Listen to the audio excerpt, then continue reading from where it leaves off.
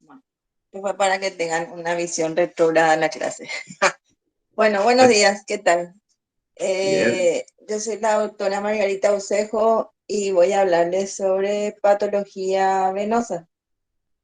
Bueno, para comenzar vamos a tener que... ¿Se me escucha? excelentemente, Primera pregunta. excelentemente se te escucha, muy bien, se ve bien, adelante. ¿Me están escuchando? Súper bien te estamos escuchando.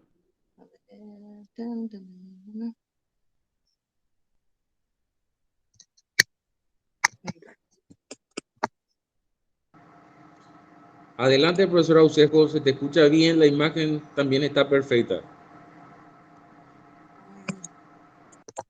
Hola, profesor Recalde. Hola, profesora Ucejo, bienvenida, te escuchamos O bien, sea que no te adelante. escucho y no sé por qué. Ah, acá ya está. Ya sé cuál es el problema. Ah, ya está. Ahora te escucho. Bueno, entonces voy a comenzar con la clase. Vamos a hablar sobre patología venosa. Y para comenzar tenemos que hablar un poquito de anatomía. Por supuesto que yo no voy a ahondar mucho en la anatomía del sistema venoso, porque eso ustedes ya dieron la anatomía, pero sí voy a recordar las partes más importantes para poder comprender lo que es la semiología del sistema venoso superficial y profundo. Entonces, para comenzar, tenemos que saber que tenemos un sistema que es superficial, y este sistema venoso superficial tiene dos patologías que son frecuentes, ¿verdad? Tiene mayor patología, pero las más frecuentes son las varices y sus complicaciones y las trombosis venosas superficiales, ¿verdad? Tenemos un sistema venoso profundo, ¿verdad? El cual tiene como patología principal y más grave la trombosis venosa profunda. Y aparte tenemos otros sistemas a los cuales llamamos sistemas de las comunicantes, de las venas comunicantes. Estas venas comunicantes son aquellas que comunican a todas las venas del sistema venoso superficial entre sí. O sea, una vena superficial con otra vena superficial. Por ejemplo, vamos a suponer la vena safena interna con una de sus afluentes, que es la vena safena anterior, que también es superficial. Y después tenemos a las venas perforantes, que como su nombre los dice, perforantes, ¿verdad? Perforan la aponeurosis, ¿verdad?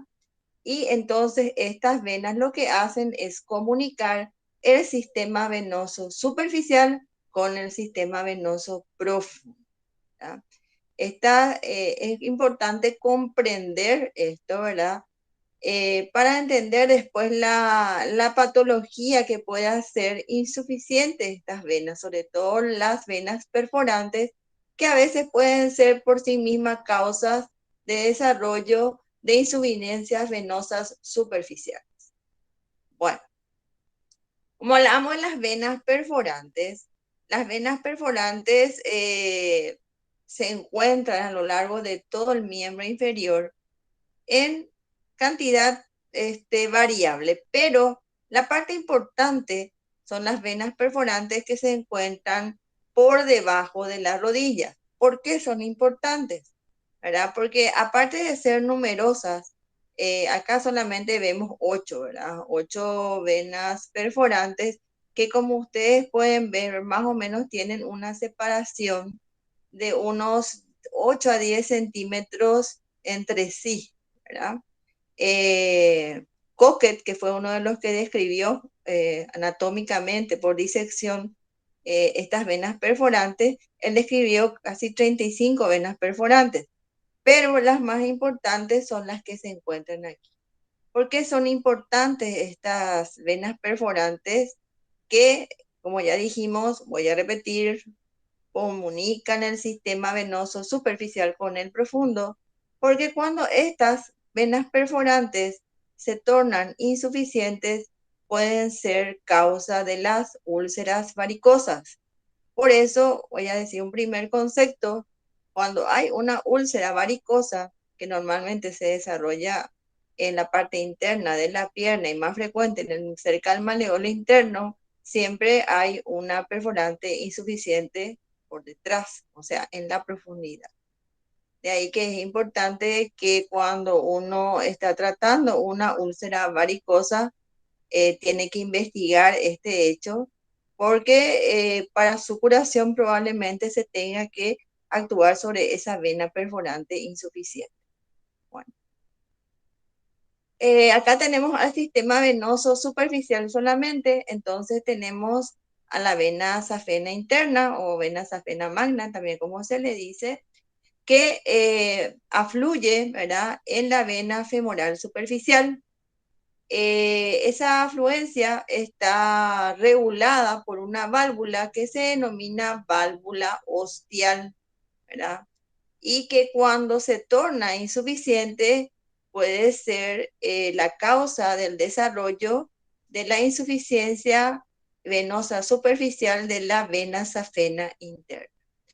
La vena safena interna, ¿verdad?, tiene un callado, que es donde afluye este pequeño callado. Es pequeñito, pero es molestoso y es muy patológico cuando se torna la válvula ostial insuficiente, pues en este callado afluyen otras venas, ¿verdad? Por ejemplo, afluye la vena pudenda interna, que en las mujeres, cuando se torna también insuficiente la válvula ostial, transmite esa hiperpresión a esa vena pudenda interna, contribuyendo al desarrollo de las varices vulvares, esa en la vulva de la vagina de la mujer, se supone, ¿verdad?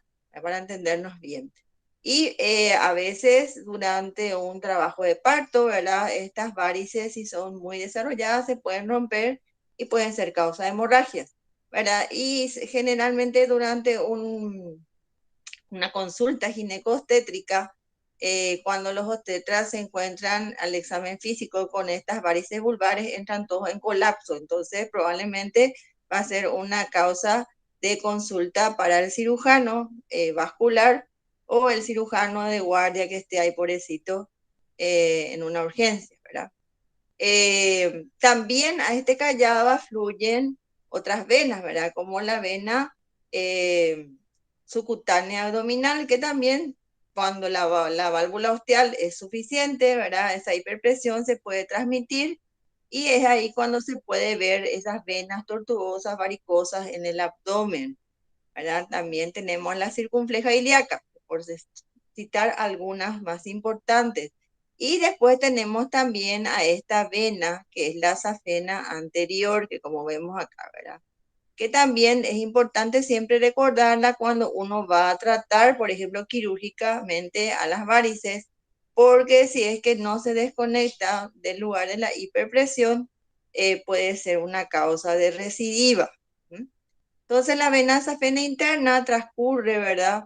Generalmente, bueno, nosotros tenemos este, es el triángulo de Scarpa, afluye por su callado a la vena femoral superficial y luego transcurre dando pequeñas comunicantes, que es lo que hablaba hace tiempo, ¿verdad? Las comunicantes que comunican a la vena safena interna por este lado, por ejemplo, y a la vena safena anterior por este lado, por ejemplo. Esas son las comunicantes, son superficiales, ¿verdad? Eso es muy importante. Otro concepto importante que hay que grabarse siempre es que una vena superficial se encuentra en el tejido celular subcutáneo, ¿verdad?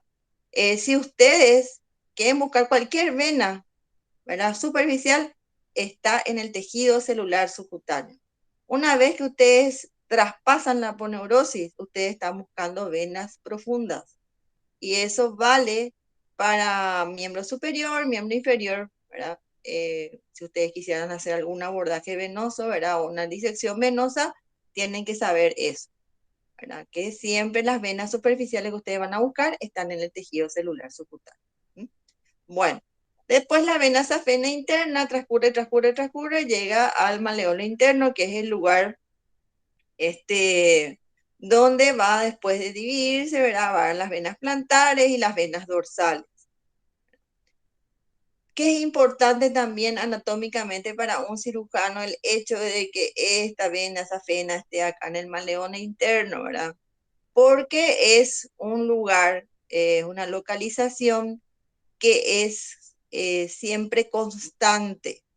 ¿Constante en qué sentido? Que siempre ustedes les van a encontrar ahí. En una urgencia, en cualquier urgencia que ustedes necesiten, un paciente colapsado. Y eso vamos a hablar después cuando vemos accesos venosos. Eh, si bien no es el lugar preferible para hacer un acceso venoso, ¿verdad? Si el paciente está en colapso, ¿verdad? Una vena localizada en forma constante, siempre que el paciente no se haya hecho alguna cirugía de varices, es válido para poder instilar, por ejemplo, soluciones expansivas como ser suero, sangre o lo que ustedes quieran. Por eso que es importante recordar eso. O sea, son pequeños conceptos que no son muy, digamos, rebuscados ni científicos, pero que a ustedes les va a ayudar para la parte práctica de su vida. Bueno, y después, posteriormente, tenemos, como todo anverso, hay un reverso. Y el reverso, por supuesto, es el sistema venoso superficial dado por el sistema safeno externo, que afluye también por un pequeño callado en la poplitea. También, ¿verdad? El sistema safeno externo tiene perforantes, ¿verdad? Menos en cantidad de lo que es el safeno interno. Y lo importante es que tiene muchas comunicantes con el safeno interno.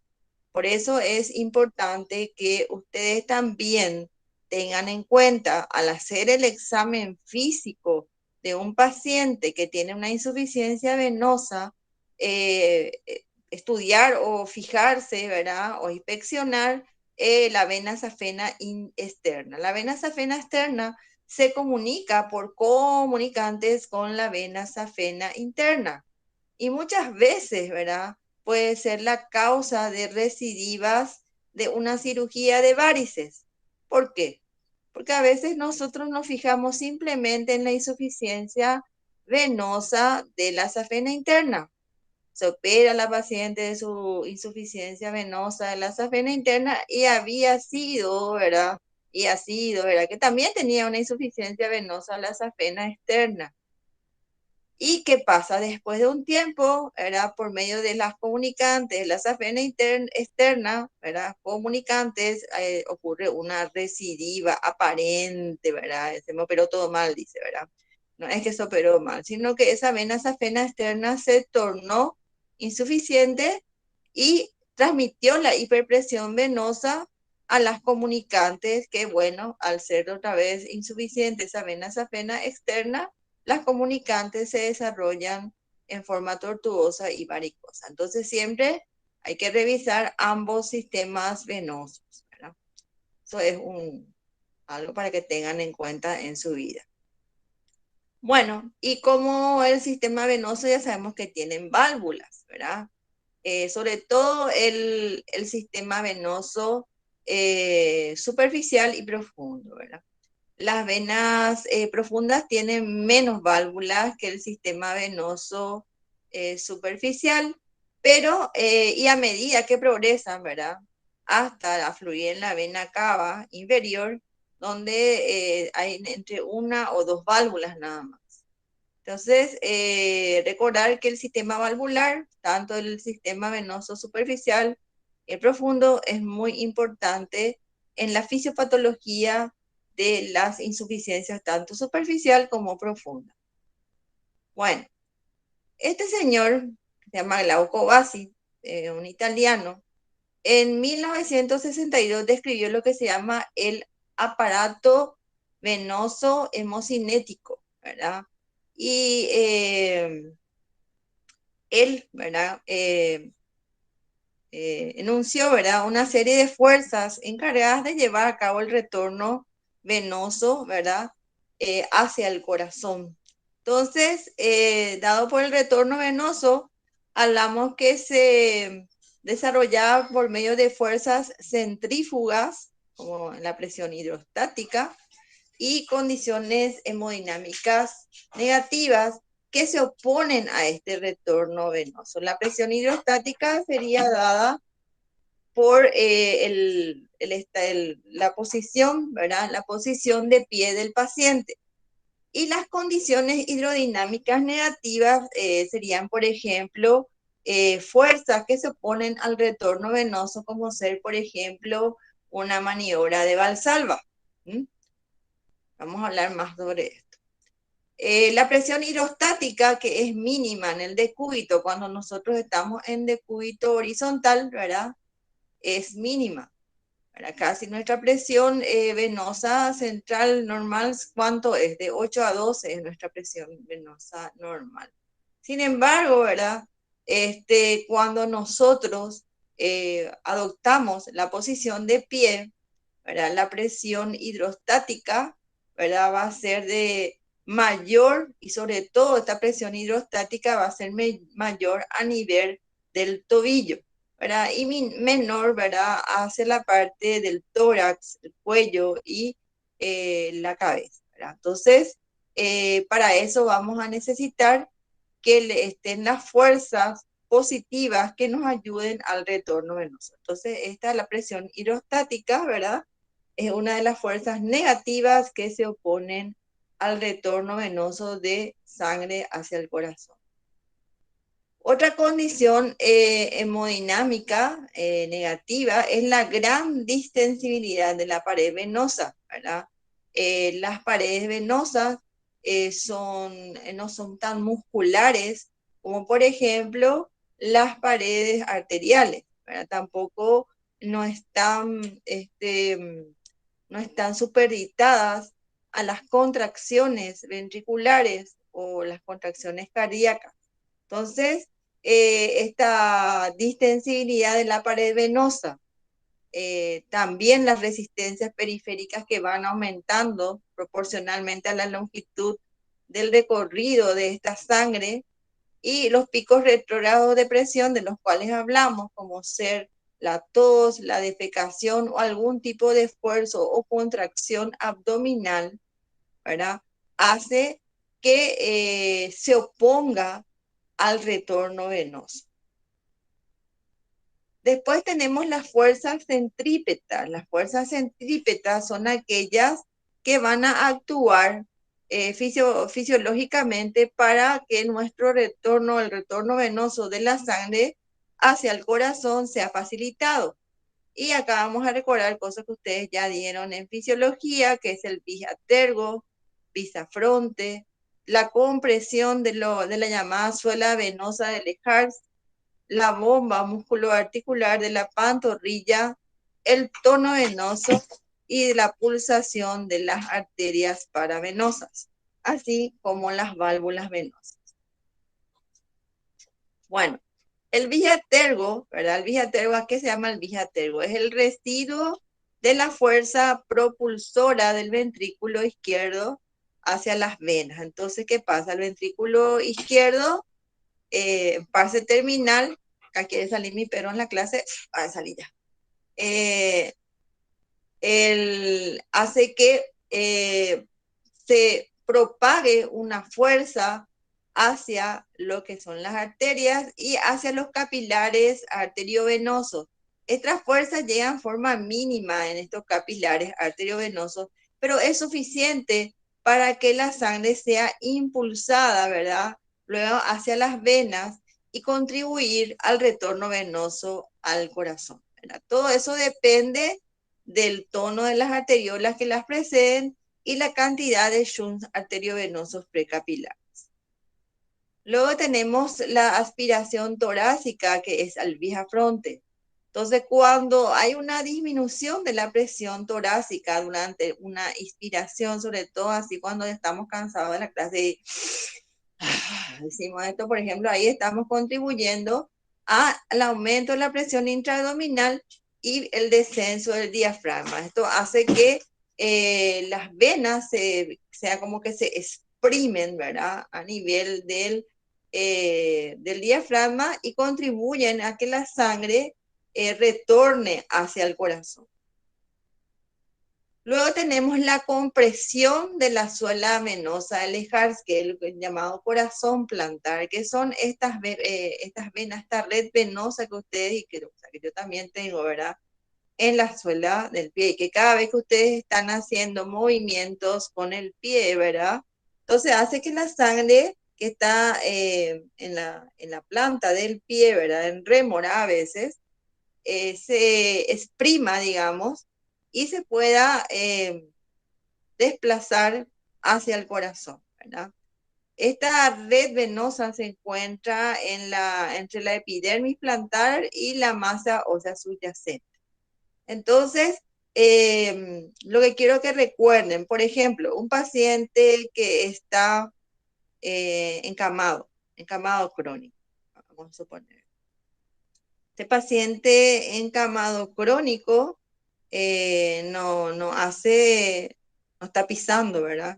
Normalmente está acostado, no está pisando y no está comprimiendo su suela venosa al Ehlers.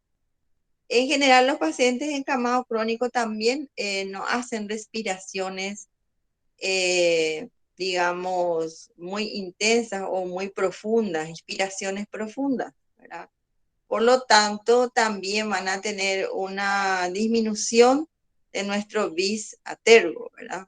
Esto para ir nomás haciendo un recuento de cómo es importante, ¿verdad? Todos los factores que contribuyen al retorno venoso al corazón, porque de eso después cuando nosotros calculemos, ¿verdad? Por qué los pacientes encamados crónicos pueden hacer trombosis venosas profundas, ¿verdad? Entonces vamos a pensar cuáles son algunos de los factores que contribuyen a este hecho. Luego está el corazón periférico de barro, llamado así, ¿verdad? Que está dado por las masas musculares, ¿verdad? Entonces, cuando nosotros caminamos o hacemos ejercicios, ¿verdad? Estas venas, sobre todo las venas soleares, que se encuentran en la pantorrilla, que son venas que prácticamente no tienen una pared muscular o pared venosa muy desarrollada, dependen exclusivamente de la contracción y la relajación muscular. O sea, el hecho de que nosotros caminemos o hagamos ejercicio, eso favorece el retorno venoso al corazón. Entonces, durante la contracción muscular, ¿verdad? Los músculos ejercen compresión sobre las venas profundas, como podemos ver acá en nuestra imagen, ¿verdad? Entonces, las válvulas venosas se cierran inmediatamente, ¿verdad? Las válvulas venosas profundas. Durante la relajación muscular, ¿verdad? Las venas profundas que estaban vacías, así como vemos acá, porque se cerraron las válvulas y se exprimió la sangre. Entonces, como tienen una presión cercana a cero, ¿qué hacen? Aspiran la sangre de todas las direcciones, de todas las direcciones. Entonces, ¿qué pasa? Se llenan, ¿verdad? Y se produce el cierre tanto de las válvulas proximales y la apertura de las distales. La bomba musculoarticular, ¿verdad? De la pantorrilla entiende tener una forma de acción directa sobre el sistema venoso profundo porque le produce una compresión externa.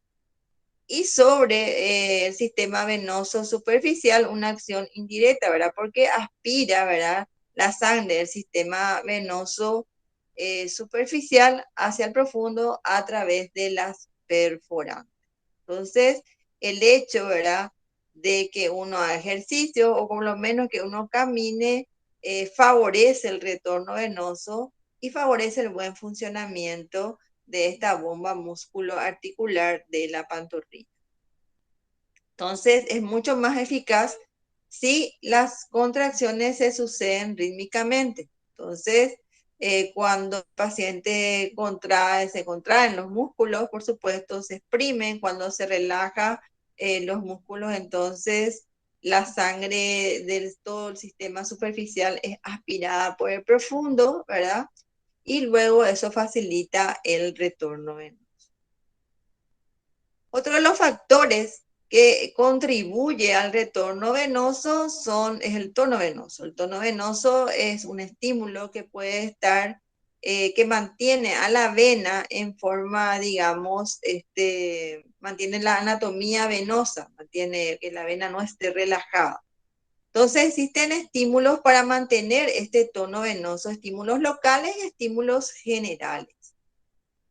Los locales es la actividad metabólica tisular que está dada, ¿verdad?, por el ejercicio, por las contracciones musculares, por la relajación muscular y tanto también por con la concentración de iones, electrolitos, ¿verdad?, que hacen que se mantenga ese tono venoso. Y el general está dado por la inervación simpática, que es la vasoconstricción, y los simpaticolíticos, que es la vasodilatación.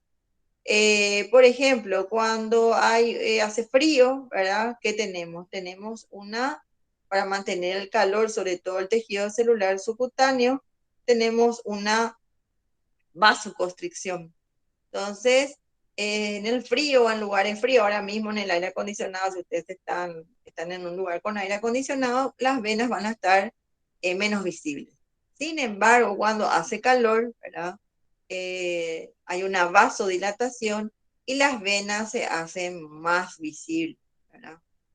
Por eso es que las chicas tratan de, en el invierno, de arreglar todas sus varices, arañitas, etcétera, porque saben que en el verano van a tener vasodilatación y las arañitas van a aparecer unas tarántulas ahora después, cuando se ponen sus mallas, bikini, shortcitos, etcétera.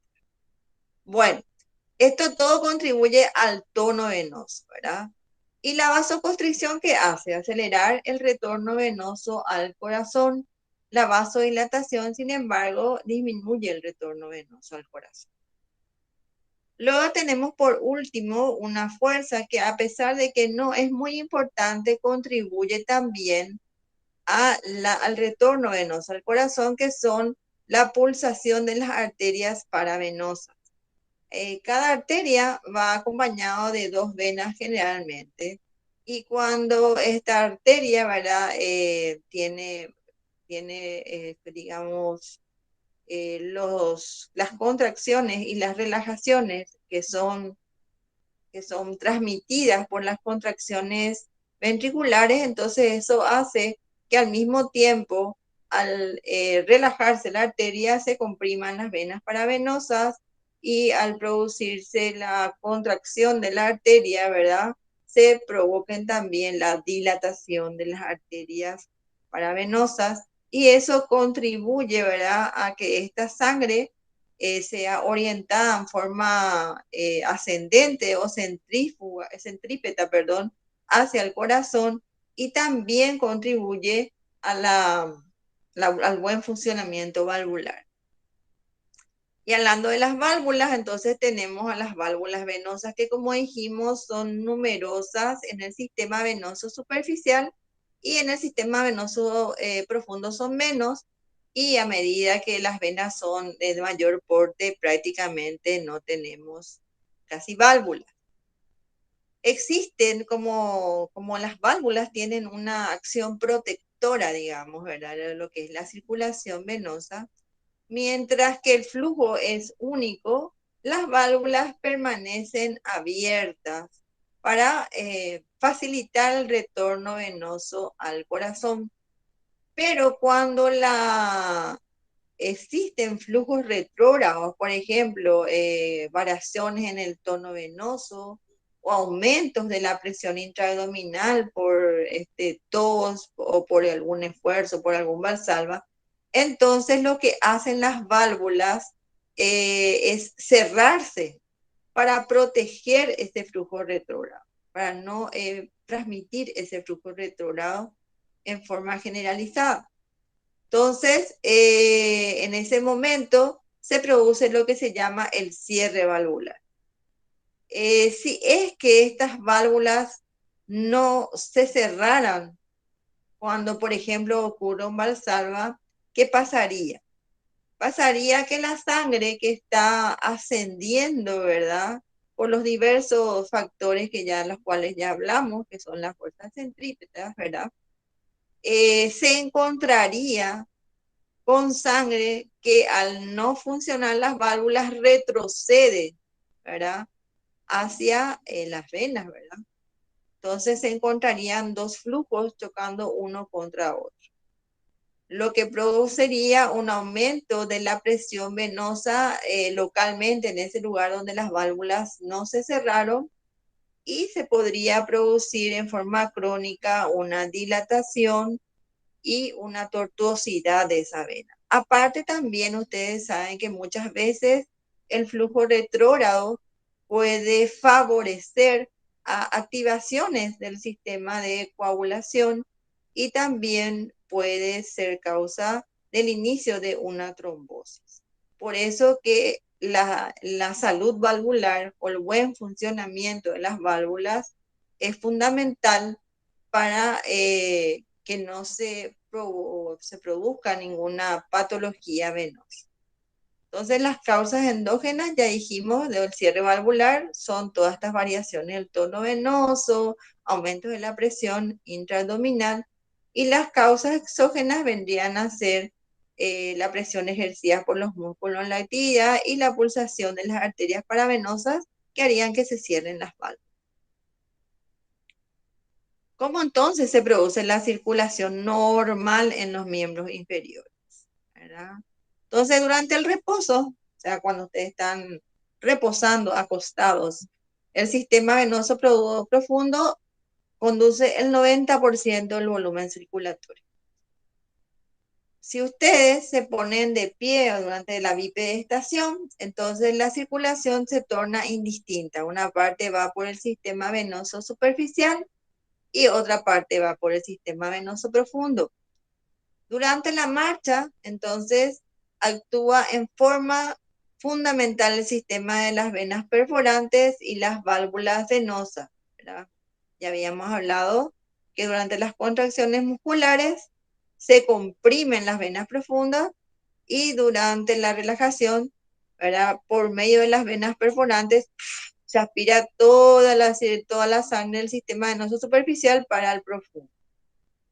Y durante el aumento de la presión tóraco-abdominal, para evitar el flujo retrógrado, se produce el cierre de la válvula ostial y de la válvula más alta del sistema venoso profundo. Entonces, de esta forma se produce la circulación venosa de los miembros inferiores.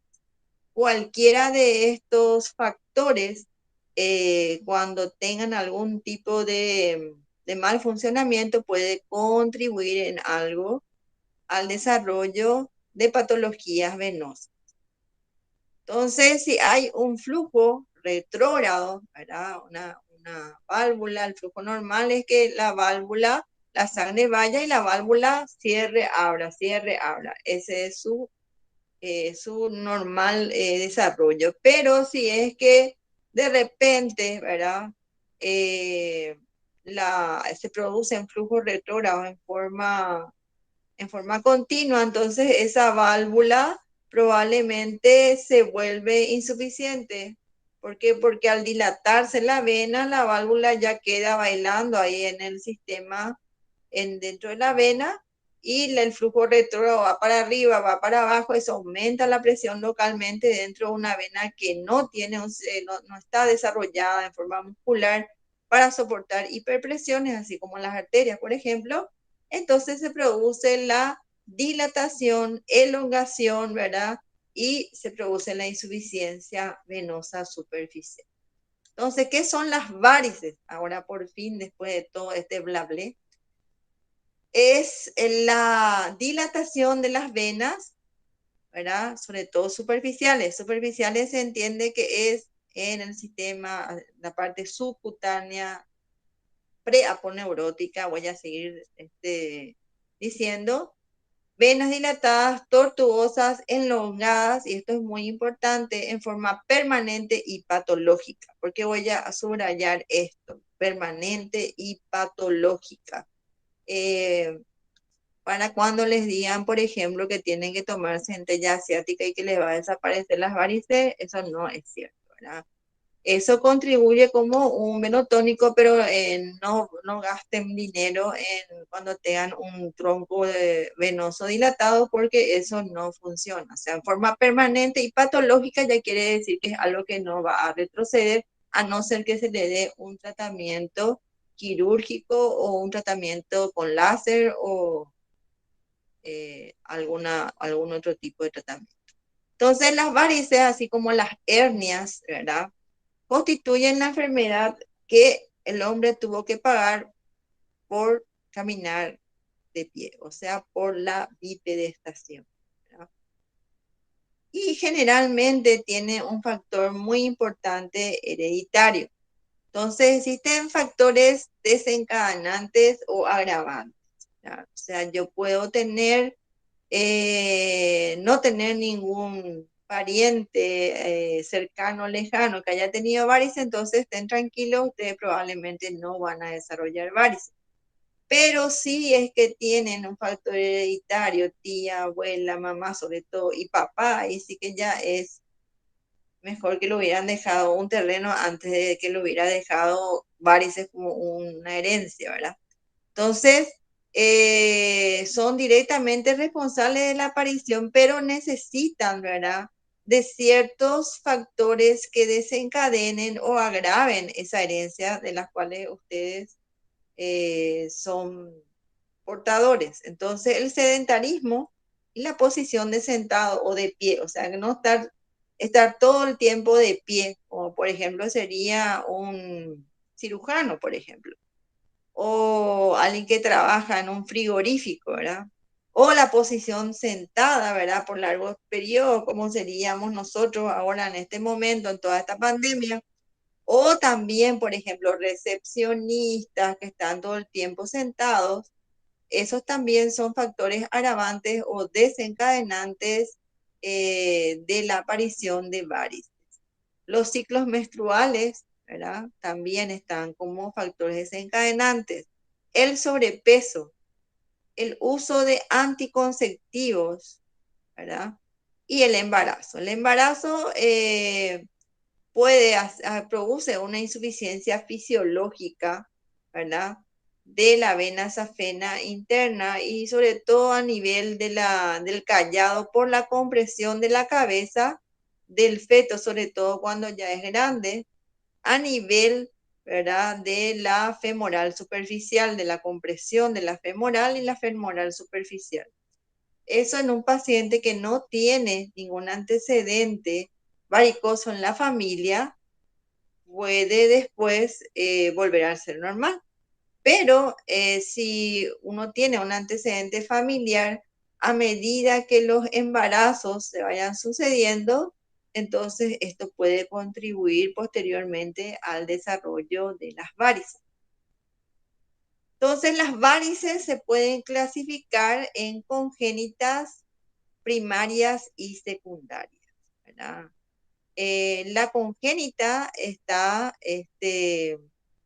por la insuficiencia valvular y generalmente se produce por la agenesia valvular. O sea, un niño puede nacer, un recién nacido, con una agenesia valvular o una malformación valvular, o sea, válvulas bicúspides, por ejemplo, y fístulas arteriovenosas, que una cantidad de patología de fístulas arteriovenosas congénitas, que entre ellos se destaca por un poquito más. Dentro de la infrecuencia, la más frecuente es la enfermedad de Klippert-Trenaunay. La primaria, que solo ocurren sobre una base genética y que puede ser, generalmente aparecen por sobrecarga, ¿verdad? O hipertensión venosa, que es lo que estábamos hablando recientemente, que son los embarazos a repetición, ¿verdad? El sedentarismo, el ortotatismo prolongado, ¿verdad?, profesionales, y los deportes inadecuados o excesivos. Estos deportes inadecuados o excesivos serían aquellos que producen microtraumatismos venosos, como por ejemplo el step, ¿verdad? Eso produce traumatismos venosos y en una persona que tiene base genética y que realice mucho step, ¿verdad? Entonces probablemente comienza a tener arañitas y todas estas cuestiones. Y las varices secundarias, ¿verdad? Que son secundarias a una obstrucción postrombótica o por compresión, ¿verdad? O tenemos al traumatismo que puede ser accidental, por ejemplo, estos pacientes que tienen fracturas sobre todo fracturas de tibia y peroné en algún accidente de moto, o las iatrogénicas, que pueden ser por lesiones iatrogénicas a nivel del sistema venoso profundo, ¿verdad? Durante algún tipo de cirugía traumatológica, por ejemplo. Y otras causas son los tumores que pueden comprimir al sistema venoso y que pueden volver por compresión insuficiente algunas válvulas, las infecciones que pueden causar pileflebitis, ¿verdad? Y que pueden causar también una inflamación valvular y una fibrosis valvular, y las fístulas arteriovenosas adquiridas que pueden ser debidas a heridas por arma blanca, arma de fuego, traumatismos, etc. Esta figura es la de un niño, como ustedes pueden ver, tiene varices. Cuando ustedes vean a un niño con este tipo de lesiones, envíenle rápidamente a un cirujano vascular, porque puede ser el inicio de una enfermedad de Klippert-Trenaunay, o sea, el inicio de las complicaciones, ¿verdad? Porque las fístulas arteriovenosas ya dijimos que eran congénitas. Entonces, ¿qué pasa cuando existe este tipo de patologías en los niños y no se hace nada? Y probablemente el cartílago de crecimiento no se va a cerrar en esa pierna, entonces va a crecer más que la otra. El paciente va a comenzar a tener varices de miembros inferiores y a edad muy temprana va a tener complicaciones, ¿verdad? Como ser úlceras, varicosas, trombosis. Entonces, e inclusive estas fístulas arteriovenosas, si es una mujer, pueden prolongarse hacia la pelvis y durante un parto, ¿verdad? El paciente se puede desangrar. Por eso es importante que conocer la patología. La patología quirúrgica, voy a aclararme un poco, es la madre de la cirugía, así como la patología médica es la madre de la clínica médica. Si nosotros no conocemos la patología quirúrgica, ¿verdad? Uno no puede diagnosticar algo que nunca vio o nunca escuchó. De ahí es importante que la patología quirúrgica sea un programa más extenso de lo que ahora se acortó y que se dé bien, porque si no, uno no puede diagnosticar algo que nunca vio y que nunca leyó. Bueno, la clasificación internacional, ¿verdad? De las varices nos dan diferentes rangos de esta patología. Clase 0 es aquella que no tiene signos visibles ni palpables de la enfermedad.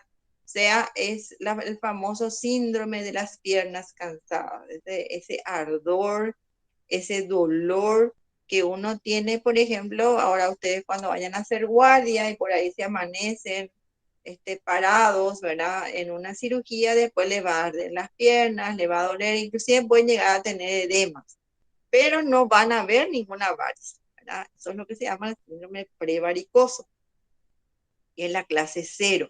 Por eso se aconseja que a todos los personales de salud que trabajan parados usen medias compresivas, ¿verdad? La clase 1 es las telangiectasias o venas reticulares. Son las famosas arañitas. O venas reticulares son venas que son visibles, pero no son tortuosas ni elongadas. Son venas que se hacen visibles y que normalmente no deberían ser visibles. O sea, una vena en la pierna que se vea, ¿verdad? Por más que el paciente esté de pie, ¿verdad? entonces sí podría ser una vena reticular y ya sería una clase 1. La clase 2 ya son las venas elongadas, tortuosas, visibles, de diferentes tamaños que se suele ver en las piernas, que son las varices. La clase 3 es cuando ya hay un edema del miembro inferior. Clase 4, cuando ya hay cambios propios de la insuficiencia venosa crónica, como ser la hiperpigmentación, ¿verdad? Que el cambio de coloración de la piel en un paciente con varices en forma crónica. La lipodermosclerosis, que es cuando ya por el edema crónico, el tejido celular subcutáneo se fibrosa y forma como una especie de pata de palo, parece el paciente, ¿verdad? Con su insuficiencia venosa crónica. El eczema que puede aparecer, ¿verdad? Y a veces inclusive ese eczema se puede sobreinfectar, ¿verdad? Y los cambios tróficos de la úlcera varicosa activa. Entonces son los tipos de clasificación ya de la enfermedad varicosa. Bueno, esto no les voy a hinchar porque ya es muy de posgrado, pero sí que hay que saber que las varices son consideradas una enfermedad laboral, ¿verdad? Entonces, después de los reposos por parto, por hernias, están los reposos por úlceras varicosas y por varices, ¿verdad? Entonces, producen cierto grado de incapacidad que tenemos que conocer. El 0 es el asintomático, el 1 es sintomático que puede desarrollar su actividad sin soporte elástico. El 2 es el sintomático que puede trabajar 8 horas diarias de pie, pero con soporte elástico, que se refiere a las medias elásticas. Y el 3 ya es aquella persona que tiene edema, úlcera y que no puede trabajar inclusive sin soporte elástico. Bueno, el diagnóstico de las varices, así como el de las hernias, ¿verdad? Puede hacerse en forma puramente semiológica. Les puse esto porque una publicación, ¿verdad? De Anales de la Cirugía del año 1948, y van a ver que aquí están todos los que describieron las pruebas de varices. Brody, Trendelenburg, Mahorner, Pertes y Schwartz. O sea, son todos los que describieron las formas semiológicas de diagnosticar las varices. Entonces, el examen físico de un paciente con varices se puede hacer, debe hacer, ¿verdad? Con luz natural, con las piernas descubiertas. Generalmente se puede invitar al paciente que se suba encima de una escalerita, ¿verdad?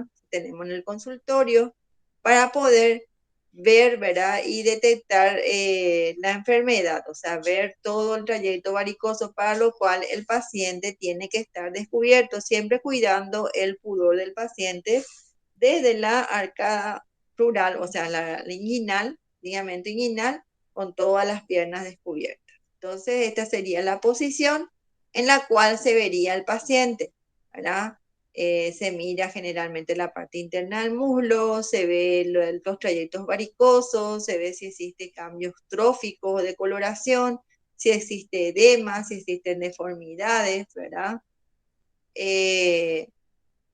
Se anota, ¿verdad? Todos estos hallazgos, ¿verdad? Se ve las úlceras si existen, si hay inflamación. A veces se ven, por ejemplo, estas pequeñas, otra vez, venas varicosas, que son como arañas varicosas también, ¿verdad?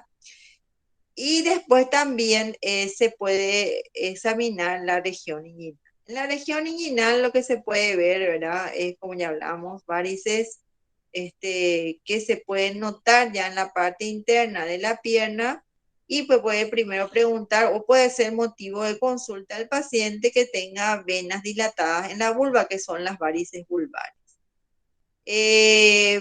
Para detectar la insuficiencia de la válvula astial, se coloca los 3 dedos, el índice, el medio y el anular, sobre el pulso, ¿verdad? De la arteria femoral. ¿Verdad? Cerca está generalmente la desembocadura o afluencia de la vena safena interna a la vena femoral superficial. Entonces, en ese momento se pide al paciente que tosa. Si sentimos un frémito, quiere decir un frémito importante, ¿verdad? O como un choque, ¿verdad? De sangre, es probablemente que el paciente tenga una insuficiencia valvular. A veces se ve este tipo de cosas, ¿verdad? Como se ve acá, por ejemplo, un bulto, ¿verdad? En la región inguinocrural que nos puede hacer dudar de que se trate de una hernia crural, ¿verdad? Entonces, si al pedir al paciente que tosa sentimos un frémito, entonces esto se llama signo de Crubelier y eso se denomina, o sea, es un signo de insuficiencia de la válvula ostial. Si fuera una hernia crural, entonces lo que vamos a sentir es una propulsión. Bueno, y como siempre, mirar siempre la parte de atrás, ver el anverso, el reverso. Estos son las diferentes vistas de una misma enfermedad en diferentes etapas de evolución.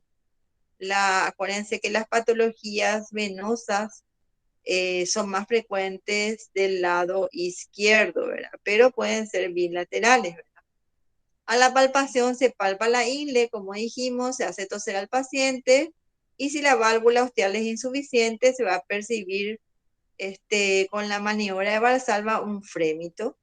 Se palpan los trayectos venosos, buscando siempre algún tipo de aumento de temperatura, induraciones que podrían ser trombos, o fibrosis ya de trombos antiguos, de trombosis venosas superficiales, o se podría encontrar, por ejemplo, unas hernias, ¿verdad? Aponeuróticas, o sea, uno palpa la pierna y de repente se cae en un agujero en la pierna, ¿verdad?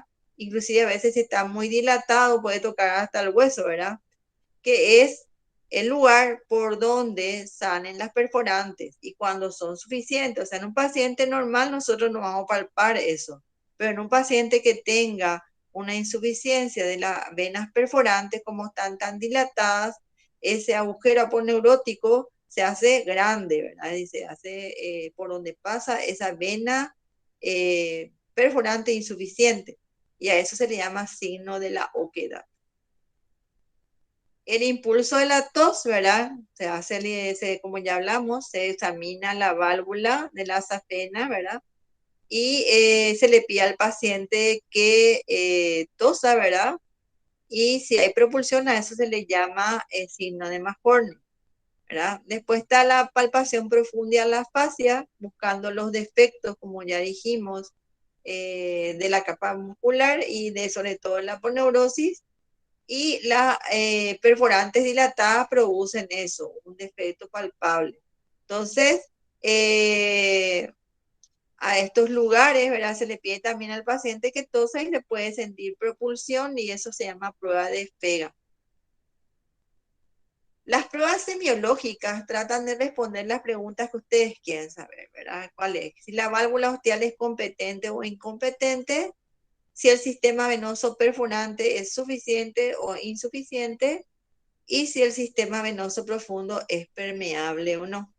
Entonces, para responder la primera y la segunda pregunta, tenemos la prueba de Brody-Trendelenburg, para lo cual van a tener ustedes que conseguir una cinta o una sonda vesical que no se use, ¿verdad? Como un garrot, ¿verdad? O esa goma que es para sacar sangre. Entonces le colocamos, lo importante es siempre que ustedes recuerden, prueba de Brody-Trendelenburg, paciente acostado, o sea, en decúbito dorsal. Entonces le acuestan al paciente, le levantan la pierna, ponen la pierna sobre el hombro de ustedes, ¿verdad?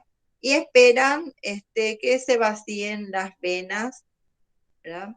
Insuficiente, y cuando queda como una especie de surco en esa vena insuficiente, o si ustedes quieren apurar ese procedimiento, pueden exprimir la sangre hacia la región inguinocrural. Entonces, en ese momento, cuando ya está toda vacía la vena de la sangre venosa superficial, se le coloca el garrot al paciente. Y en ese momento se le pide al paciente que con el garrot puesto se coloque de pie. Entonces, al colocarse de pie con el garrot puesto, si nosotros vemos que por encima de ese garrot aparece un bulto, ¿verdad? Que vendría a ser el callado de la safena interna insuficiente, o sea, la válvula ostial insuficiente, hablamos de una prueba de tren de Lemburg, un positivo, una vez positiva, ¿verdad? Entonces, lo que hacemos para hacer la contraprueba, ¿verdad? Es soltarle el garrot. Y si al soltar el garrot se llenan las varices rápidamente de arriba para abajo, porque la válvula es insuficiente, entonces tenemos la contraprueba de que esa prueba de Brody Tren de Lemburg es una vez positiva, o sea, es la válvula ostial es insuficiente. Ahora vamos a respondernos si el sistema venoso perforante es suficiente. Entonces, para la misma cosa, le agarramos al paciente, hacemos la prueba de Brody Tren de Lemburg otra vez, le acostamos, le vaciamos todas las venas, le colocamos el garrot y le pedimos al paciente que se ponga de pie. Si al ponerse de pie se comienzan a llenar las varices con el garrot puesto, así como vemos en el esquema, se comienzan a llenar las varices. En este caso sería de dentro para afuera, ¿verdad? Entonces vamos a ver que las varices se llenan aún así con el garrot puesto. Entonces hablamos también de una prueba de Brody Tren de Lemburg positiva para las perforantes, o sea, un positivo, o sea, un signo positivo para las perforantes, repito. Ahora, si nosotros le hiciéramos la prueba al paciente, ¿verdad? Buscando la insuficiencia de la válvula ostial, hacemos el procedimiento, vaciamos la vela, todo el sistema venoso superficial, una vez que está vacío, le ponemos el garrot, le paramos al paciente y vemos, ¿verdad?, que se llena el sistema venoso superficial de dentro para afuera, porque hay insuficiencia en las perforantes. Y miramos arriba de nuestro garrot y vemos que también hay un bultazo acá, ¿verdad? Que es la insuficiencia de la válvula ostial. Entonces hablamos de una prueba de Brody Tren de Lemburg doblemente positiva. Y para dar un final así espectacular, le soltamos el garrot y ahí se llenan así las varices, pero en forma fenomenal, tanto de arriba para abajo y de dentro para afuera, y se ponen así enojadísimas las varices. Entonces ahí tenemos la contraprueba de que el sistema venoso superficial es insuficiente, tanto para las perforantes insuficientes como para la válvula ostial. Entonces hablamos de una prueba de Tren de Lemburg doblemente positiva. Bueno, seguimos. A veces, ¿verdad? Se hace lo que se llama la prueba de Mahorner-Ortner, que sirve para determinar la topografía de las perforantes y su funcionalidad, también para localizarlas, ¿verdad? Entonces, para ello, ¿verdad? Con el paciente, ¿verdad? Que de pie se colocan, los varios o dos o tres garrots, ¿verdad? Y se van desprendiendo, ¿verdad? Para poder ver dónde se encuentran las perforantes insuficientes. A medida que yo voy desprendiendo mi garrot, ¿verdad? Vamos a ver si es que se llenan o no se llenan esas perforantes. Eso es para localizar las perforantes. Ahora nosotros queremos saber si el sistema venoso profundo es permeable o no. ¿Para qué nosotros queremos saber eso?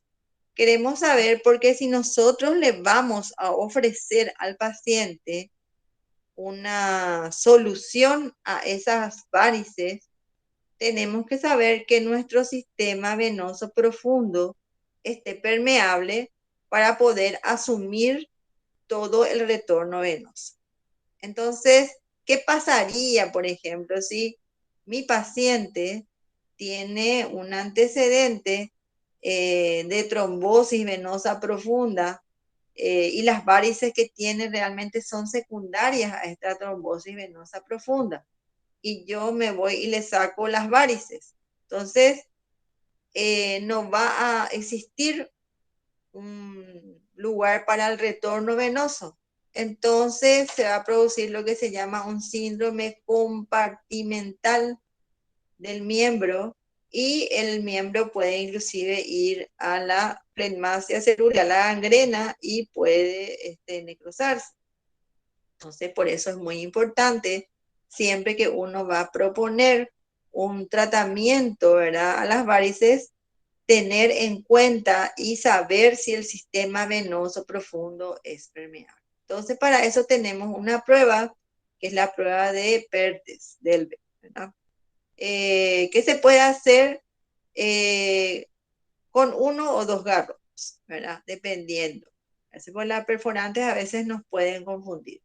Pero vamos a suponer que el paciente tenga solamente una insuficiencia venosa para la válvula ostial, es positiva solamente para eso. Entonces queremos saber si nuestro sistema venoso profundo es permeable.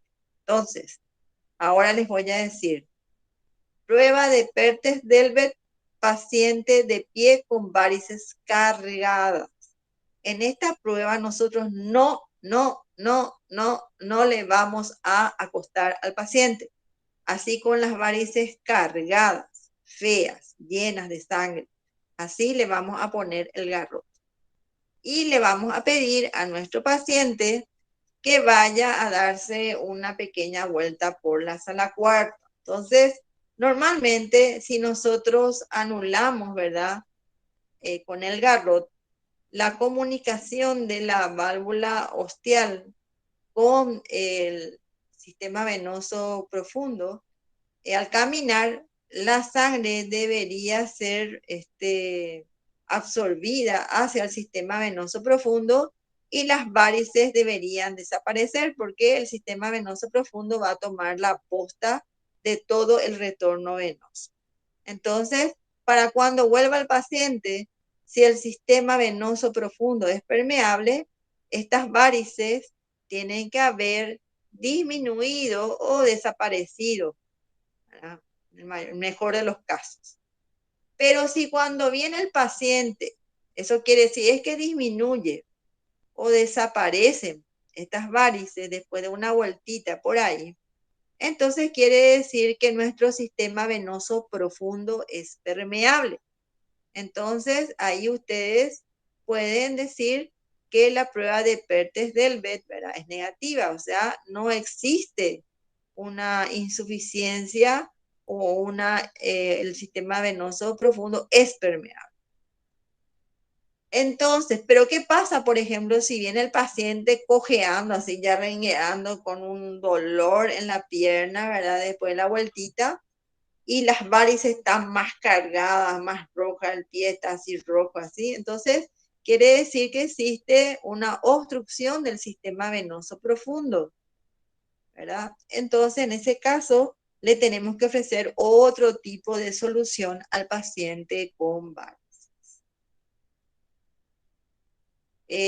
No sé, profesor Recalde, si es que me estoy pasando de la hora, avísame, entonces. Pues, No hay ningún problema, profesora, de tiempo no tenemos, ya que esta clase grabamos y lo vamos a levantar en la plataforma. bueno, entonces ellos se pueden ir a su clase práctica, ¿o Se no? pueden ir sin problema y después ellos pueden observar, de hecho, sin problema. Dale, no hay problema, sigo entonces. Sí, adelante. Bueno. Esto es una prueba, ¿verdad? Una prueba que se hace en un paciente. El paciente tiene varices, se ve bien, ¿verdad? No sé si ustedes están observando bien. y tiene una insuficiencia tanto de la vena safena externa como de la vena safena interna. Y en la parte de la safena externa tiene un bultazo así de que se ve. Y en este paciente se va a hacer la prueba de Brody-Trendelenburg. Ahí se ven las venas comunicantes, ahí se ve unas cuantas perforantes, ¿verdad? Y se ven las varices. Entonces, lo que se va a hacer con este paciente para la prueba de Brody-Trendelenburg, ¿verdad? Es buscar, ¿verdad? Ahí está buscando las varices, ve si es elástica, toca, si hay, por ejemplo, signo de la oquedad. Ahí están dos perforantes insuficientes del muslo. La más importante es esta, que es la perforante que se encuentra en el tercio medio. Luego se ve que tenemos eh, el callado de la safena interna, ¿verdad? Insuficiente y se ve como un bulto que se encuentra a nivel de la región inguinal. Bueno, ¿cuáles son las complicaciones de las varices, ¿verdad? La hemorragia es una de ellas porque al principio cuando hay un aumento de tamaño progresivo de un paquete varicoso, eso puede hacer que la piel se torne más fina y a veces puede inclusive romperse esa piel o ulcerarse esa piel y puede haber una pérdida de sangre de la vena que se encuentra por debajo, la vena varicosa. La hemorragia puede ser muy importante, ¿verdad? Tan importante que a veces el paciente viene así sangrando porque nadie atina a comprimir ese miembro, ¿verdad? Entonces, lo que tienen que hacer en caso de que haya una hemorragia, ¿verdad? De la vena varicosa, que generalmente ocurre a nivel del maleolo interno, entonces es acostar al paciente, levantar la pierna y comprimir. Nada más que eso. Comprimir por un buen tiempo, unos 5 minutos a 10, vendarle al paciente y nada más. No hay que coser eso.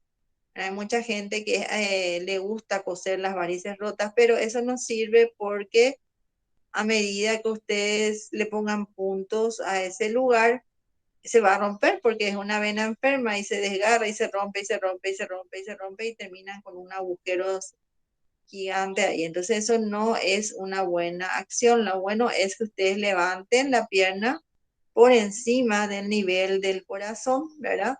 Y compriman y luego de un rato, ¿verdad? Le venden al paciente y le envían a un cirujano vascular para que ya le siga el paciente. Otra complicación es la tromboflebitis superficial, que puede generalmente ocurrir por traumatismo, ¿verdad? Eso es lo más común. Entonces, en el caso de la tromboflebitis superficial de una vena, lo que hay que hacer es medidas solamente locales y generales, ¿verdad? Antiinflamatorios, se puede hacer antiinflamatorios locales y nada más. El edema, la pigmentación de la piel, la atrofia blanca es lo que dijimos, que la piel se vuelve de un color, pierde el color de la piel. El eczema varicoso, que muchas veces puede ser estar acompañado de una úlcera o preceder a la úlcera, y la lipodermatoesclerosis, así como las úlceras venosas, son complicaciones de unas varices crónicas. O sea, el paciente consulta en forma muy tardía. Por eso todas estas últimas complicaciones no se pueden prometer al paciente que van a desaparecer con el tratamiento, ¿verdad? De las varices. Pueden mejorar, pero no van a desaparecer. Por eso que es importante en este caso la prevención y sobre todo el tratamiento a tiempo. Bueno, estas son diferentes,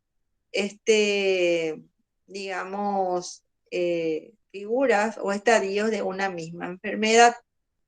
Por ejemplo, esta es el cambio de la coloración de la piel, igual que esto, ¿verdad? Una paciente ya con varices crónicas, ¿verdad? Inclusive ya vemos que tiene eczema en la piel, A veces inclusive puede haber ya como pequeñas lesiones de rascado y la piel se encuentra húmeda, como se ve acá. Ya el eczema hace que exude ya esta pierna y se puede ver también que se produce ya la atrofia de este lugar, la parte donde soporta más presión, ¿verdad? Las venas, la piel se comienza a tornar dura, se retrae, el tejido celular subcutáneo se esclerosa, ¿verdad? Y aquí es más fácil todavía que se rompa la piel y es difícil, ¿verdad?, el tratamiento de una úlcera en este tipo de pacientes.